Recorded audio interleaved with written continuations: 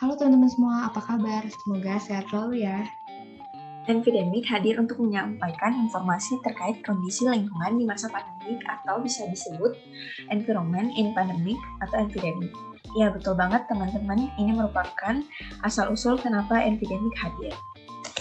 Oke, tidak perlu berlama-lama, kita mulai perjalanan kita melihat kondisi lingkungan saat pandemik. Let's go!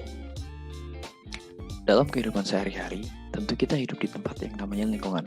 Tapi teman-teman semua tahu nggak apa yang dimaksud dengan lingkungan itu?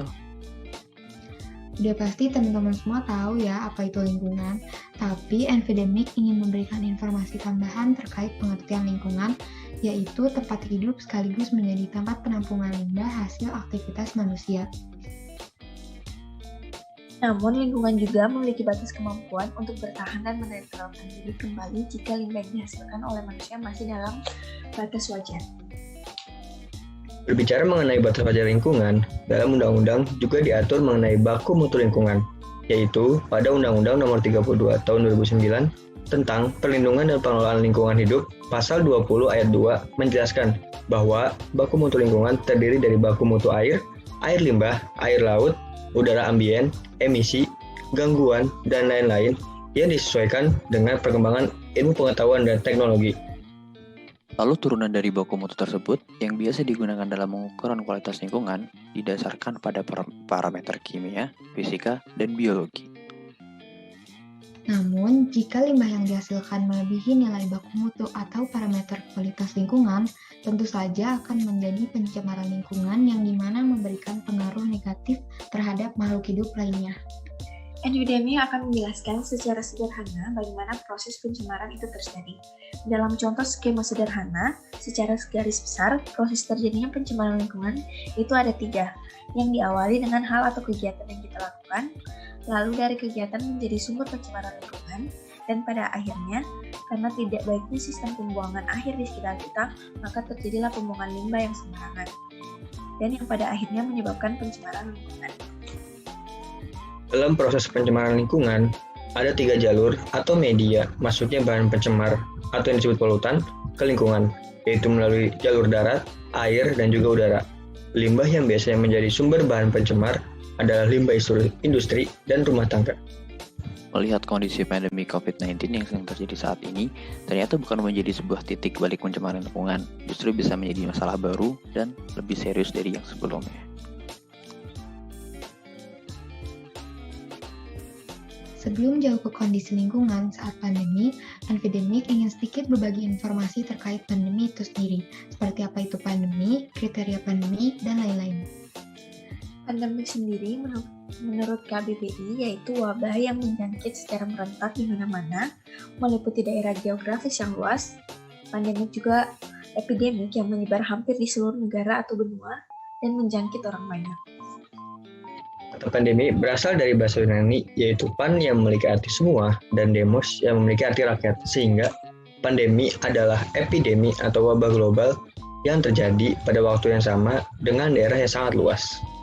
Wabah COVID-19 yang sedang terjadi saat ini termasuk ke dalam pandemi, karena memenuhi kriteria pandemi yang telah ditetapkan oleh WHO, yaitu penyakit baru yang muncul pada suatu populasi yang menyebabkan penyakit serius pada manusia dan sifatnya mudah untuk menular.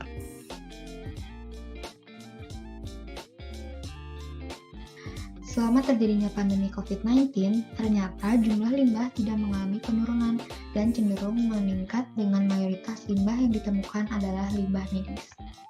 Ini terjadi karena adanya peningkatan penggunaan APD kesehatan seperti masker, sarung tangan, dan peralatan kesehatan lainnya yang jauh meningkat dibandingkan dengan tahun-tahun sebelumnya. Sehingga dari peningkatan limbah medis tersebut menyebabkan penumpukan yang tidak dapat dihindari. Ini merupakan akibat dari banyaknya rumah sakit yang belum memiliki teknologi pengelolaan limbah medis, bahan berbahaya, dan beracun atau B3. Menurut laporan dari Kementerian Kesehatan, hanya ada 96 rumah sakit dari total 2.852 rumah sakit di Indonesia yang memiliki insinerator atau alat pembakaran sampah hingga habis. Dan dari angka tersebut, banyak juga terdapat insinerator yang tidak berfungsi dan tidak layak pakai.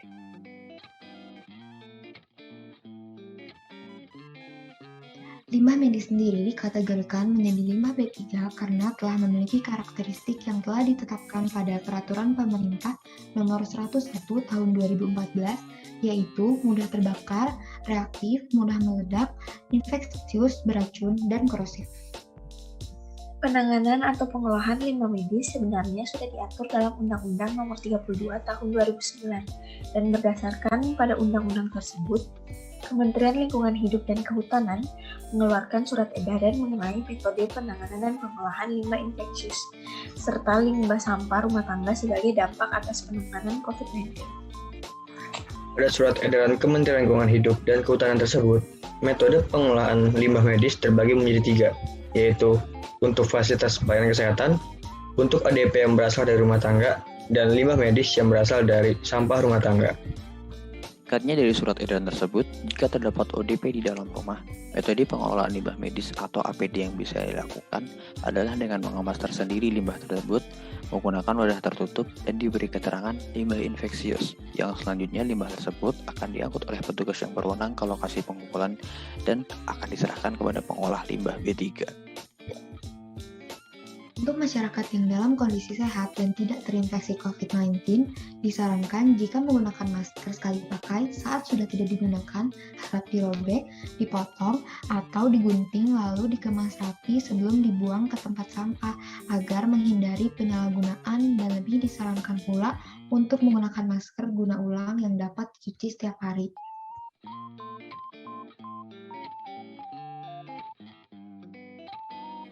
Menghindari penyalahgunaan merupakan salah satu tindak preventif yang bisa dilakukan untuk mencegah akibat yang dihasilkan dari limbah medis atau APD pada saat pandemi COVID-19. Menurut Persatuan Rumah Sakit Indonesia atau PRSI, jumlah limbah medis saat pandemi COVID-19 saat ini kurang lebih mencapai 88.000 kg per hari. Jumlah tersebut meningkat besar 30% daripada limbah medis sebelum terjadinya pandemi. Terkhusus untuk limbah masker atau APD ternyata memiliki jumlah yang lebih besar. Kurang lebih angkanya berada di kisaran angka 530.000 kg per hari, jika asumsi satu orang menggunakan satu masker per harinya. Limbah medis yang terus dibiarkan dapat menimbulkan masalah serius yang berpotensi menularkan berbagai penyakit. Oleh karena itu, limbah medis dalam penanganannya tidak boleh sembarangan.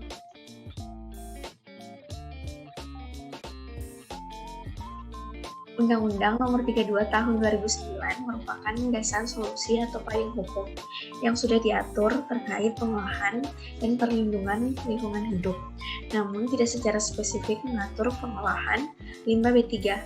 Alternatifnya bisa diperoleh melalui peraturan lainnya, salah satunya melalui peraturan pemerintah. Hingga saat ini, solusi paling efektif untuk problematika dari limbah medis atau APD sudah diedarkan oleh pemerintah melalui surat edaran ataupun peraturan pemerintah. Salah satunya terdapat pada Peraturan Pemerintah Nomor 101 Tahun 2014 mengenai pengurangan limbah medis, yaitu dengan mengatur pusat pelayanan kesehatan yang wajib melakukan pengurangan limbah melalui substitusi bahan dengan memilih bahan baku yang tidak mengandung B3 dan modifikasi proses yang mengharuskan memperhatikan faktor lingkungan hidup. Selanjutnya terkait pengolahan yang juga diatur pada surat edaran KLHK, yaitu limbah medis yang berasal dari pusat fasilitas pelayanan kesehatan, pengelolaannya dilakukan dengan menggunakan insinerator yang suhu pembakaran minimalnya 800 derajat Celcius atau autoclave yang lengkap beserta dengan pencacah atau shreddernya.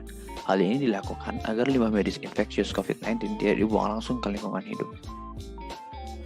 Nah, last but not least adalah dengan meningkatkan kesadaran untuk menjaga lingkungan dari limbah medis.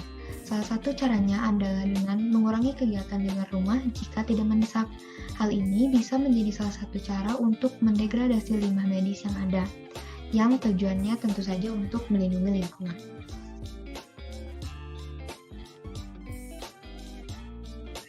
Enfidemic telah menyampaikan informasi yang bermanfaat untuk kita semua. Semoga hal ini menjadi langkah yang baik bagi kita untuk dapat meningkatkan kesadaran menjaga lingkungan dimanapun dan kapanpun. Karena jika bukan sekarang, kapan lagi? Jika bukan kita, siapa lagi? Kita pamit.